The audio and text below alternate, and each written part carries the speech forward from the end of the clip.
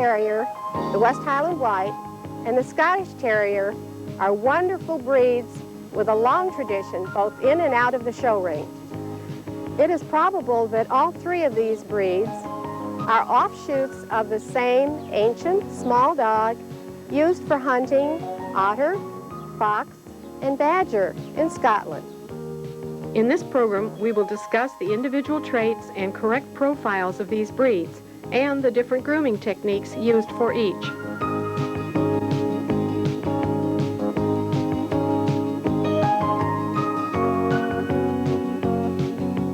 Proper grooming of any breed requires the right equipment.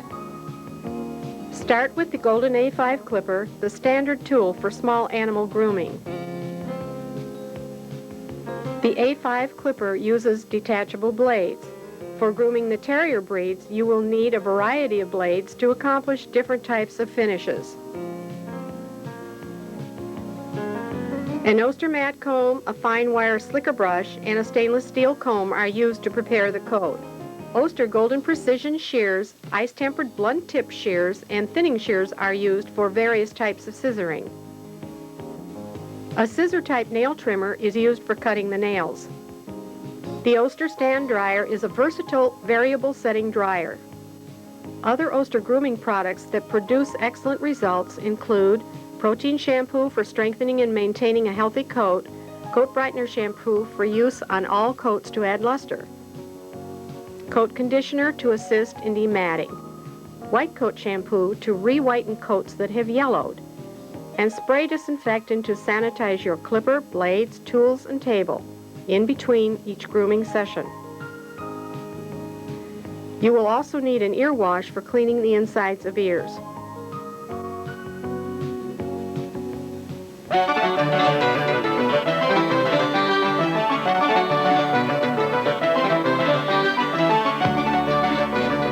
The Cairn is a lively dog that adapts beautifully to family life.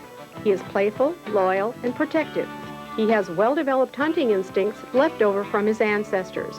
One of the chief traits of the early Cairn was his courage and ability to rout small animals from rocky mounds, or cairns as they were called, hence the name Cairn Terrier. The Cairn has better manners than some terriers and is not inclined to be sulky or destructive when left alone. He travels well and is an excellent companion. Breeders of the Cairn attempt to preserve the characteristics of the earth dog from the Isle of Skye. The Cairn breed standard calls for a strong, but not heavily built dog. He stands well forward on his front legs. He moves about easily with a rather cocky attitude. His head is shorter and wider than other terriers and well furnished with hair, lending him a foxy expression. The muzzle should be rather pointed and not too deep. The jaws are strong with large teeth set in a scissors bite that is capable of inflicting a punishing wound. The eyes are set wide apart, dark hazel in color, medium-sized, rather sunken with definite eyelashes and shaggy eyebrows. The Cairn's ears are small, pointed, carried erect, set wide apart on the side of the head with no long hairs. His front is straight and his high sloping shoulders are well developed. He sports strong loins and hindquarters and compact feet with thick pads. His back is flat and his tail is set on at back level, carried gaily without curling over the back. The tail is well furnished, not feathered, and balanced in proportion to the rest of the coat. The Cairn has a typical weather-resistant double coat with a harsh outer jacket and a soft, downy undercoat. Any color except white is permitted. A reddish color is the most prevalent, anywhere from a sandy shade to a deeper red brindle. Cairn coat can also be shades of gray to almost black. Light-colored Cairns look best with dark points around the foreface, ears, and tail tip. Puppies are born with dark hairs in these areas, but the dark hairs in the body coat come out at around 12 weeks of age when the hard coat begins to come through. Breeders pull the puppy coat at this time using fingers and thumb because at this age the outer black hairs come out easily. For the pet Karen, consider the wishes of the owner. Some may prefer a shorter, neater trim than that of a full-coated show dog. Grooming should begin with a thorough brush out using a sturdy wire slicker brush. This is often enough to tidy up the body coat because it removes the dead undercoat and guard hairs.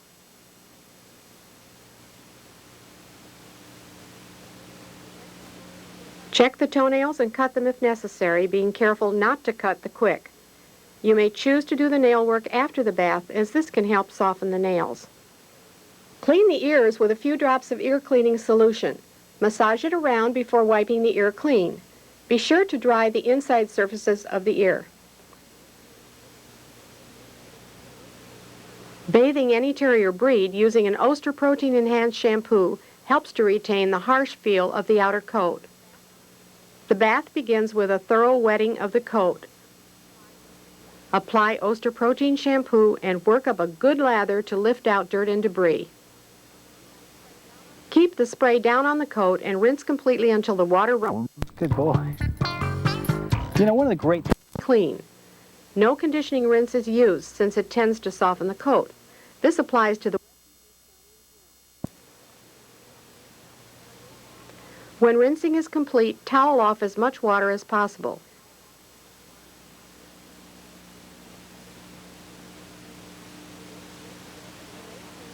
You may choose to crate dry or finger dry the cairn.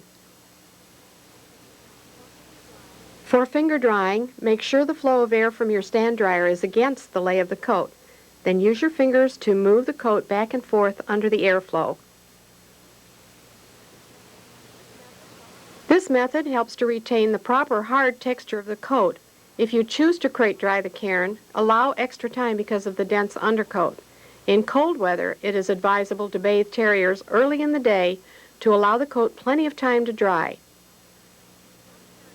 Some cairn owners prefer a trimmer-looking coat than one obtained by brushing and bathing. You can achieve a trimmer coat in various ways. One method is to thin the coat using thinning shears. Start just above the undercoat and work outward, following the lay of the coat for a flatter, neater finish.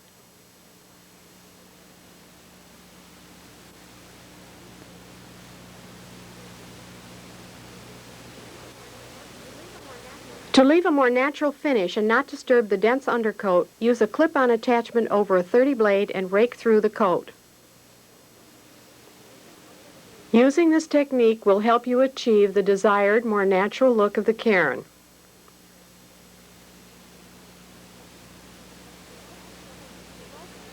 The most important feature of the cairn is the shaggy head. The head often needs only slight shaping in front of the eyes. This can be done by plucking with the fingers to enhance the cairn's expression. Thinning shears can also be used effectively to shape the head. The heavy head furnishings are the most distinguishing feature.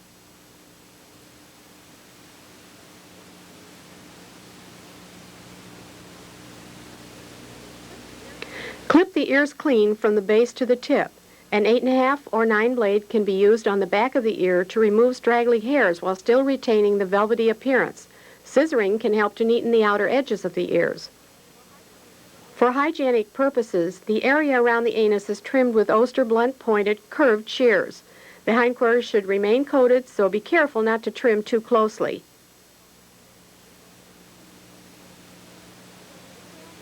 The tail may be shortened for neatness and tapered from base to tip.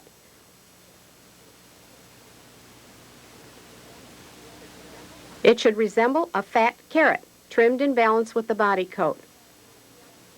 The underpads and edges of the feet are trimmed with scissors to give a neat appearance. The coat on the feet should cover the nails.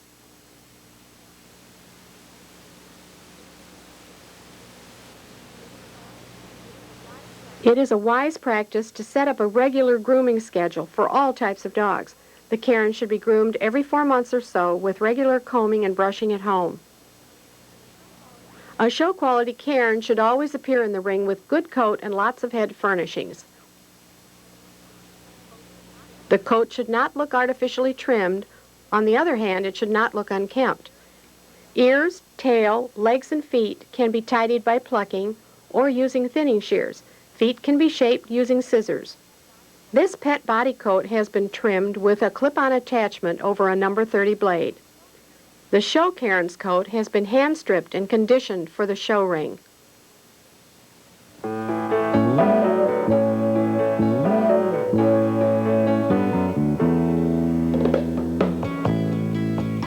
The West Highland White Terrier is all the name terrier implies. Lots of spunk, determination, and devotion to his family make this an excellent show or companion dog.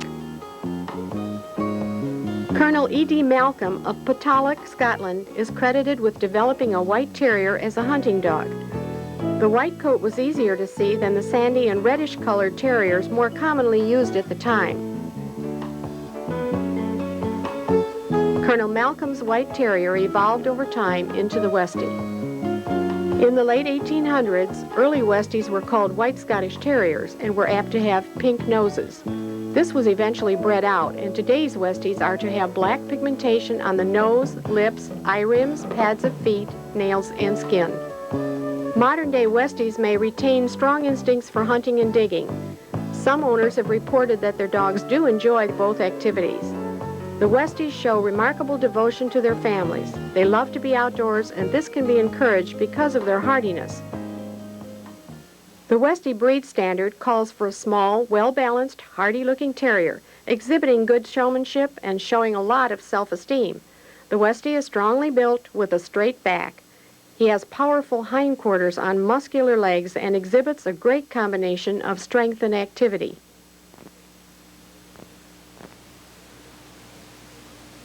The outer coat is about 2 inches long, always white, with a hard texture. A plentiful soft undercoat provides fullness.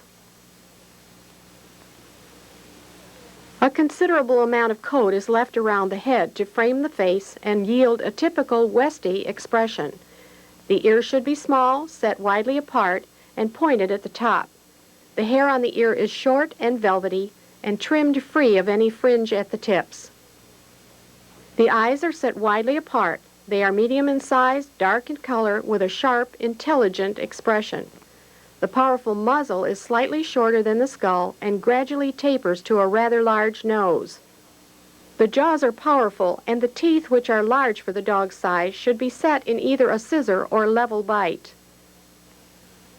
The neck is muscular and set on sloping shoulders. The chest is broad and deep, extending at least to the elbows. The Westie's legs are rather short, but his body should not be too close to the ground. The strong front feet are larger than the rear. They are covered with short hair and thickly padded. The tail never extends above the top of the skull and is never docked. It is covered with hard hair showing no feathering. It is as straight as possible and carried high, but not over the back. The Westie moves freely with easy movement going and coming. The front legs extend forward freely from the shoulders. The rear leg movement is fairly close. The Westie must be alert, gay, courageous, self-reliant, and friendly.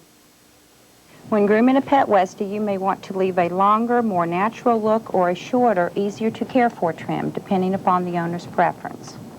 In either case, the first step would be a thorough brushing and combing to remove all mats.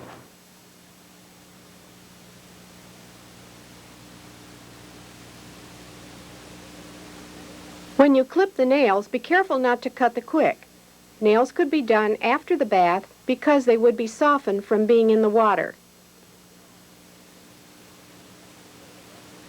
If the Westie coat has a yellowish cast, bathe with a shampoo containing a whitener like Oster White Coat.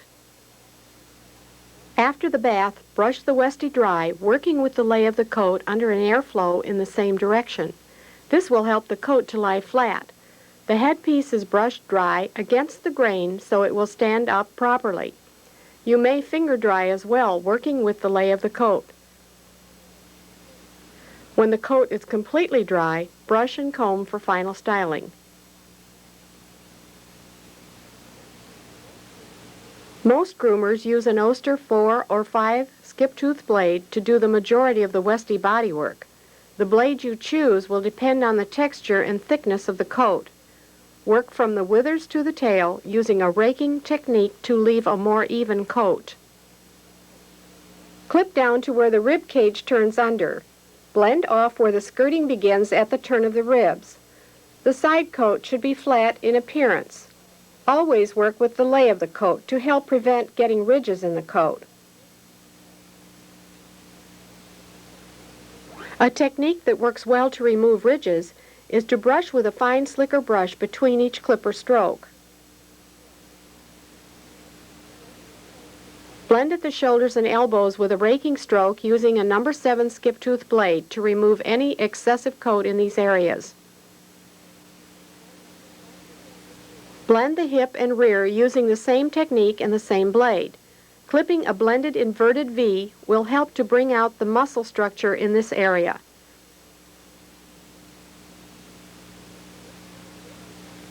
Clip the front shoulder, blending with the side coat. Thinning shears may be used to blend in the clipping line.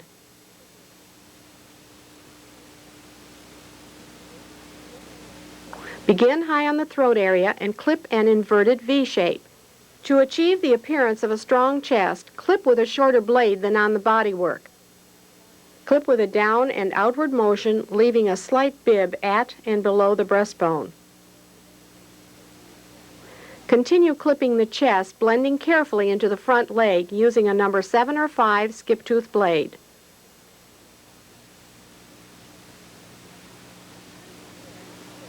To trim the bib, comb the hair up and use scissors to remove excess bulk.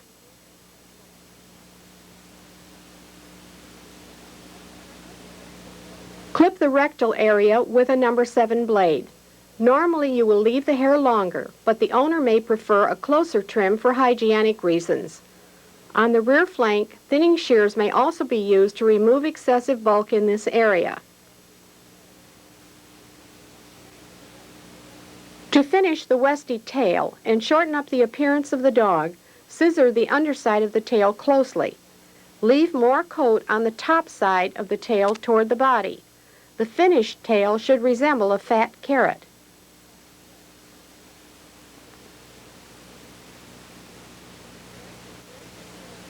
Hairs between the thick pads are removed using blunt-pointed scissors. If the feet show no redness between the pads, this may also be done with a 10 or 15 blade on the clipper.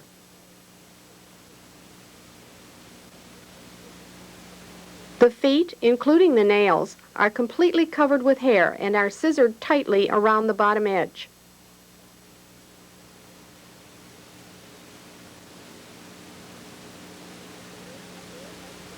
The rear leg furnishings are combed upward, then scissored and blended to remove excess coat.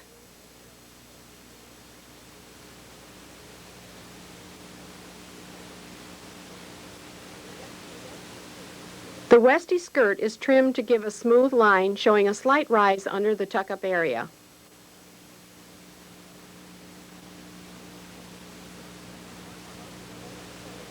The longer coat of the front leg is combed up. Then trim with scissors or thinning shears.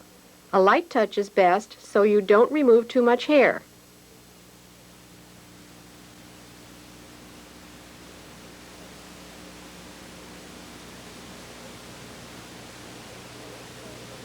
The neck coat is clipped slightly shorter than the body.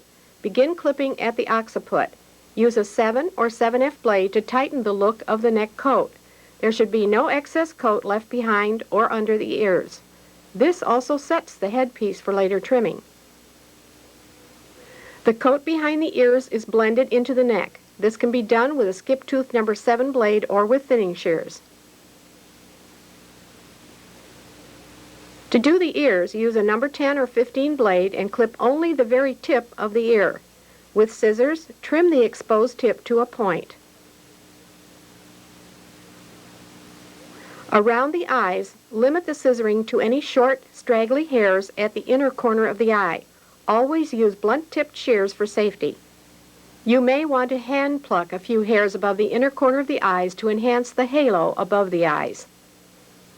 Any stained hairs along the bottom lip are removed with blunt-tip shears. Careful attention is given to the Westie headpiece. As is so important for all terriers, the headpiece must be correctly groomed for the breed profile. The coat on the head is left very full and shaped to give the appearance of a chrysanthemum. To groom the headpiece, think in terms of 3 circles: around the muzzle, around the eyes, and in front of the ears. Start by lifting the hair of the muzzle up and fanning it out. Then scissor in a circular pattern, resulting in a smooth curve. The coat of the first circle is about 2 inches long.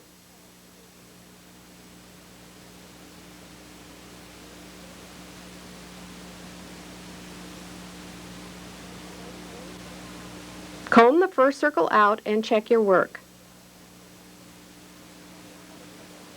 To trim the second circle, comb the hair up and hold it between your fingers in much the same manner as a beautician would do.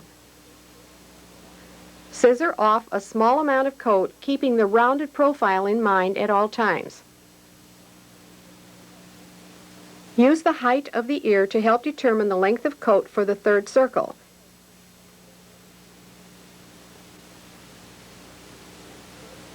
Again, hold the hair up with your fingers and trim. Blend the lower part of the circle with the previous one and scissor only enough in front of the ears to allow the tips of the ears to show. The beard on the underside of the muzzle is shortened to complete the very round look of the headpiece. The beard should not extend below a point in front of the Adam's apple. Some Westie owners will prefer a longer, more natural-looking coat on their pet. This can be done by following the same steps described for the shorter trim, but using a clip-on attachment over a number 30 or 40 blade and breaking through the coat. This dog was groomed in this manner.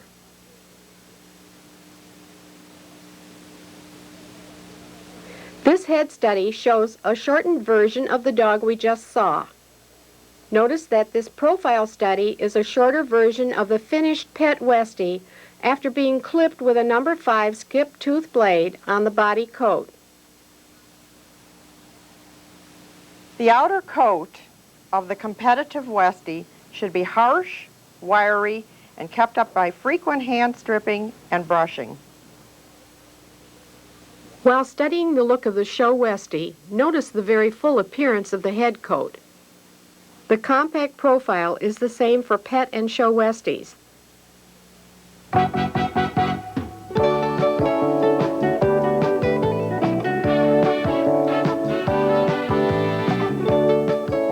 It has been said, once a Scottie owner, always a Scottie owner. This is not surprising since the Scottie is adaptable to many situations and makes himself a part of the family in a very short time. He doesn't stand for nonsense and will fight if he has to. He is not, however, overly mean or quarrelsome. He has a rather gentlemanly character. The Scottie was originally bred for character, pluck, and determination, and for a particular hunting purpose.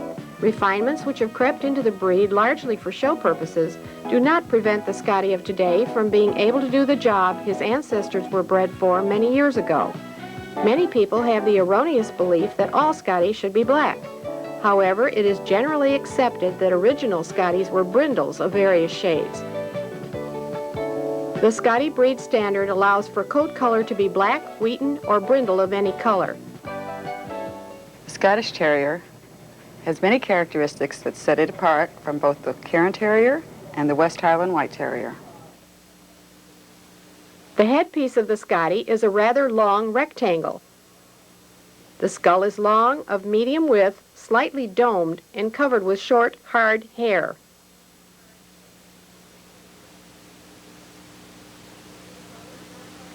The skull is not quite flat since there is a slight drop between the eyes.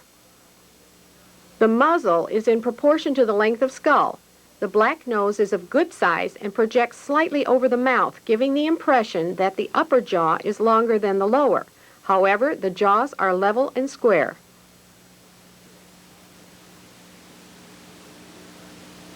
The teeth are evenly placed in a level or scissor bite. The small almond-shaped eyes are dark brown or nearly black. They are set wide apart, well up under the eyebrow, and show a piercing expression. The small prick ears are well up on the skull. They are pointed, erect, and covered with short velvety hair. The neck is thick and muscular, of medium length. The body is moderately short and well ribbed, with strong loins, deep flanks, and muscular hindquarters. The front and rear legs are short and heavily boned in proportion to the dog. The front legs are straight or only slightly bent, with elbows held close to the body. The stifles are well bent, and the rear leg is straight from the stifle to the heel. The front feet are larger than the rear. All feet are round and thick with strong nails. The chest is broad and very deep, coming down between the front legs. The tail is carried in a slight curve, but not over the back. It is about 7 inches long on an adult dog and is never docked. The Scotty coat is about 2 inches long with a hard, wiry outer coat and dense undercoat. Although wheaten-colored Scotties are not as common as black and brindle, this color allows us to more clearly see the grooming techniques used for a pet Scotty. The grooming of the pet Scotty can be a bit more involved than that of the Westie or the Karen. The major difference is in the headpiece. An Oster mat comb can help to remove difficult mats in the coat. Pay particular attention to the skirting and leg furnishings, combing and brushing thoroughly until all mats are removed.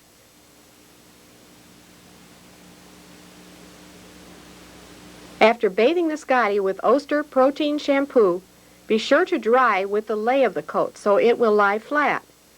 We will begin trimming the pet Scotty at the headpiece. The headpiece of the Scotty displays totally different lines from those of the Karen, Westie, or Schnauzer. Begin clipping on the head with a number 7F blade. Clip from just behind the eye socket between the ears to the occiput, working with the lay of the coat. With the same blade, clip the cheek area from behind the eye toward the ear, stopping in front of the tuft. This is usually a distance of about 1 to 1.5 inches. The rest of the cheek below the eye is also clipped with the 7F blade.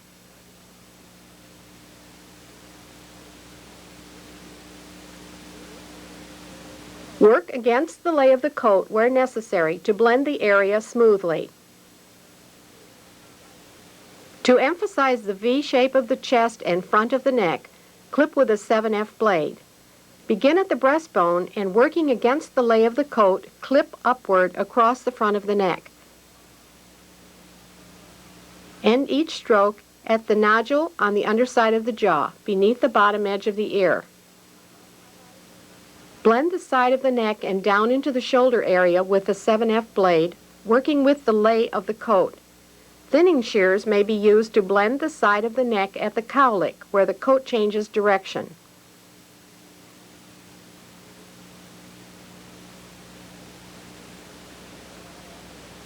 Clip the back of the neck using a number 5 skip-tooth blade. This will help create a better arch to the neck. Begin at the occiput and clip the back and sides of the neck, blending into the body coat at the base of the neck. Continue the body work using the same blade. Keep in mind that this is a coated breed and should not be clipped too severely. The number 5 skip-tooth blade is less damaging to the desired hard texture of the coat. Clip about 1/3 of the distance down the side of the body, again following the lay of the coat. Go no further down than the turn of the ribs, where the coat changes direction and grows downward.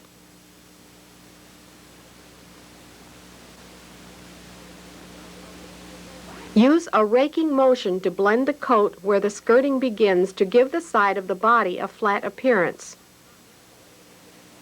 Blending over the hip area and in front of the tail is done with the same blade. Remove all bulkiness to keep the coat tight and flat over the shoulder and hindquarters. This emphasizes the Scotty's muscular build.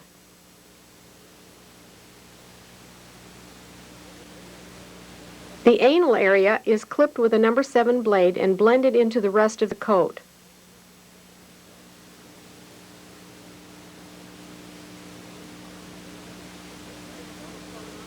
The chest coat is allowed to drape between the front legs to give the appearance of a very deep chest. Shape the skirting to give a natural look. Now let's go back and finish the headwork.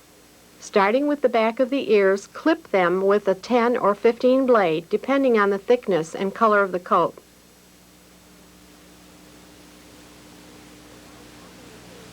The top 2/3 of the front inside of the ear is clipped with the same blade.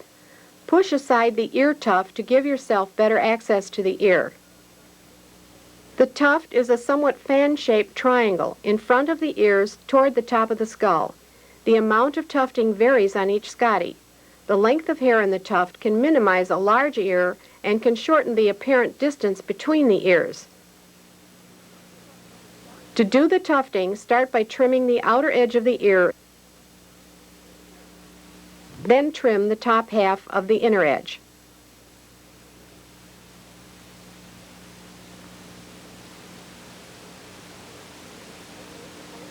Next, fold the ear in half lengthwise and comb all tuft hair out away from the fold.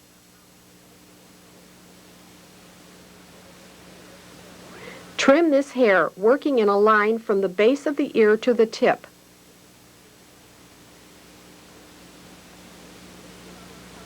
Neaten the tuft if necessary. The hair should be no longer than 1/2 the length of the ear itself.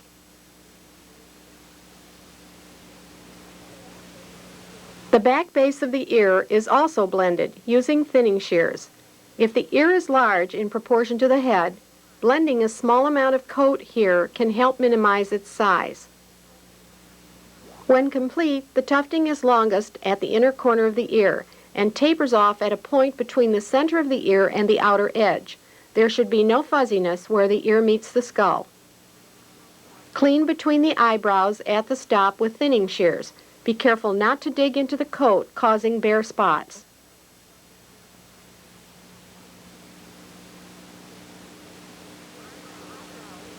The eyebrows are trimmed to the shape of elongated triangles, from the back corner of the eye forward to the nose.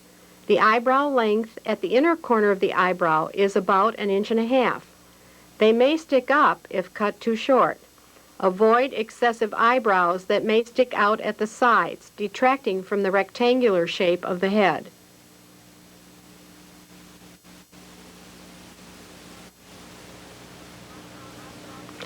The eyebrows should have a definite arch, giving the eyes a deep-set expression.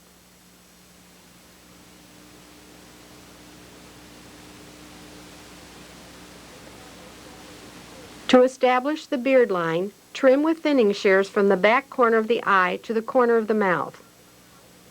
Make a part in the lower beard and work forward with the thinning shears, 1/2 inch or so past the back corner of the mouth.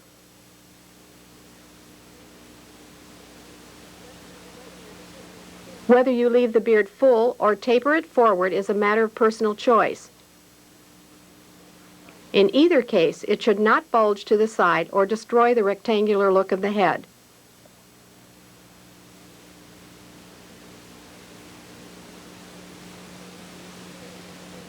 To give the beard a more triangular appearance, lift the coat on the upper muzzle and trim the beard on the lower jaw. Too much tapering will cause the Scotty head to look more like a fox terrier. The tail is scissored close with no appearance of feathering and is shaped like a carrot. Scissor around the rear feet to neaten their appearance.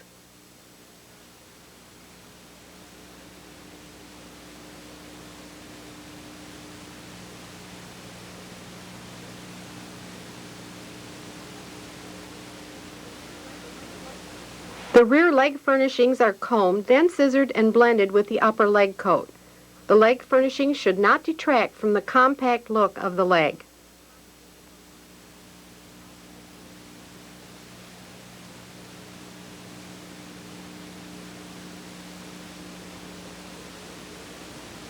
The feet, including the nails, are tightly trimmed around the bottom edge. front legs should appear larger than the rear legs.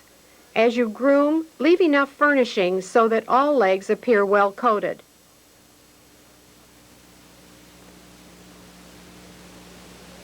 Thinning the coat here helps blend the leg coat into the furnishings. Scotty leg coat furnishing should help to establish the overall look of strength in the legs. The Scotty legs are strong as a result of breeding for strength in hunting and digging. The grooming schedule for the pet Scotty should include cleaning the ears when needed and checking the nails monthly. The objective of the pet groomer is to emphasize the rectangular look of the Scotty head and the compact look of the breed profile. This show Scotty exhibits the keen expression of the eye and the arching of the eyebrow. The body profile of the show Scotty gives the pet groomer a correct visual impression of the compact look of the body coat and the muscle structure.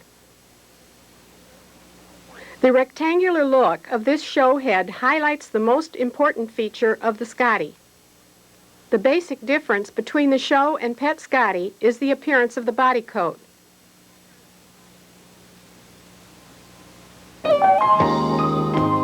Grooming for the Cairn, Westie, and Scotty should emphasize their natural appearance. They are hardy, active breeds which make excellent pets and dynamic competitors in a show ring. With proper care and regular grooming, these short-legged terriers can provide years of delightful companionship